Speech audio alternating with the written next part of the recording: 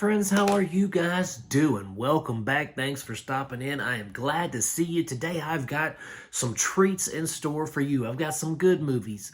You know what I mean? I've got some bad movies.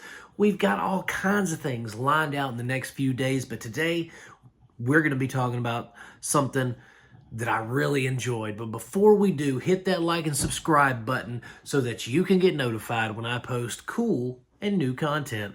Guys, today we're talking about a movie from 2009 directed by Mr. Bertrand Tavernier.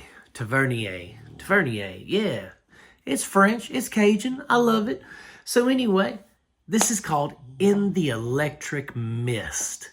And this is just a really good crime drama. We focus on Tommy Lee Jones. I mean, it's got a great cast. It's got Tommy Lee Jones, John Goodman as our villain, as our bad guy. It's got Mary Steenburgen as Tommy Lee Jones' wife. It has some really good A-list folks in here. You know what I mean? It's got some top-notch people. But it is a fantastic crime drama, like I said. We follow basically Tommy Lee Jones. He's a detective. He's on his way out. They wind up finding some ladies of the night murdered. He has to solve the case. It winds up leading back to the movie industry in South Louisiana. It involves organized crime. It involves prostitution. It involves, college girls. Like, it's very realistic. You know what I mean? Like, I could see this being a real case that a detective would solve down south. In fact, I'm almost positive this is probably based, if not directly on a true story. They take elements from crimes that have happened down in southern Louisiana. But this was it was phenomenally acted. It had great cinematography. We get beautiful shots of the bayou, of the natural beauty of, Sportsman's Paradise, of the boot of Louisiana. We get those natural coastal Gulf shots of the airboats and the alligators and the pelicans and just everything. So you really get that sense that you are in Louisiana. You are in a bayou. You are in a swamp. And that's awesome because there's a lot of movies that claim, they take place in Louisiana, but they're shot, somewhere else. And then they make a swamp. But this is shot on location. You can tell it looks great. The cinematography is beautiful.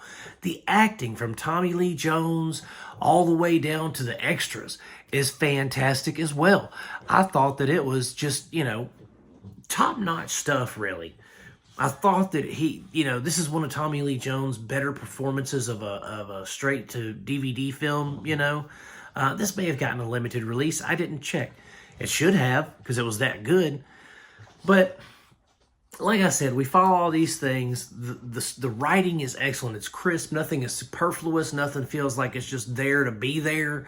Every ounce of dialogue forwards the story. And the chemistry between John Goodman and Tommy Lee Jones is great because Tommy Lee Jones plays kind of, if you guys have ever seen Yellowstone, he plays kind of that Kevin Costner, I don't want to say loose cannon, but very forceful, very stern. Like, he don't take no guff off nobody. In fact, there is one scene where him and John Goodman are kind of getting into it, and he goes out and winds up like vandalizing something, and then he's like, now you're gonna go to jail. It's just like he's one of those types of cops that he knows that you're guilty of something, and he ain't gonna stop till he gets you. You know what I mean?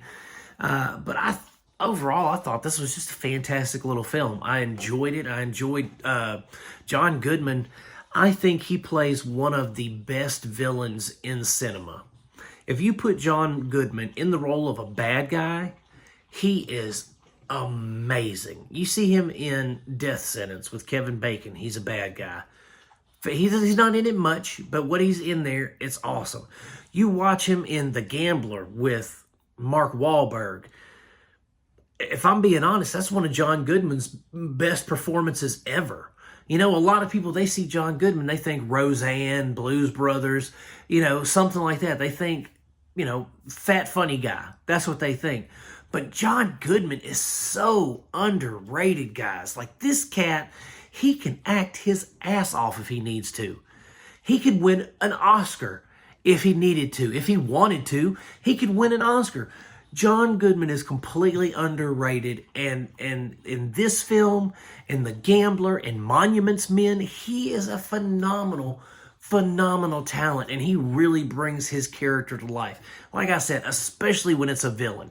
I mean, yeah, sure, he's funny, ha. He can play the mentor, he can play the dad, whatever, but he can play a villain.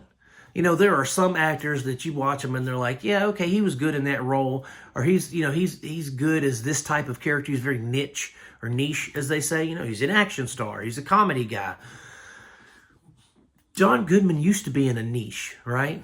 People, that's what they thought of him, but God bless it, he's so good. He is so good in this, guys.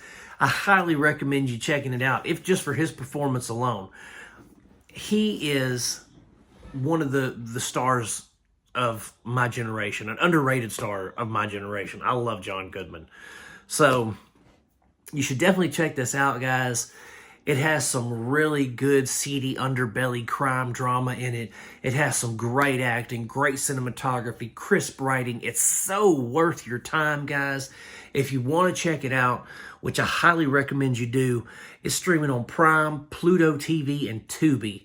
Definitely give it a shot and thank me afterwards, guys. If you've seen it, if you've seen In the Electric Mist, by all means, please let me know. Let's start a conversation about it. But that's it, guys. Thank you so much for hanging out with me for just a little bit. Hit that like and subscribe button on the way out. And I'm going to keep making them as long as you keep watching them, my friends. Peace out. God bless you, and I will see you soon.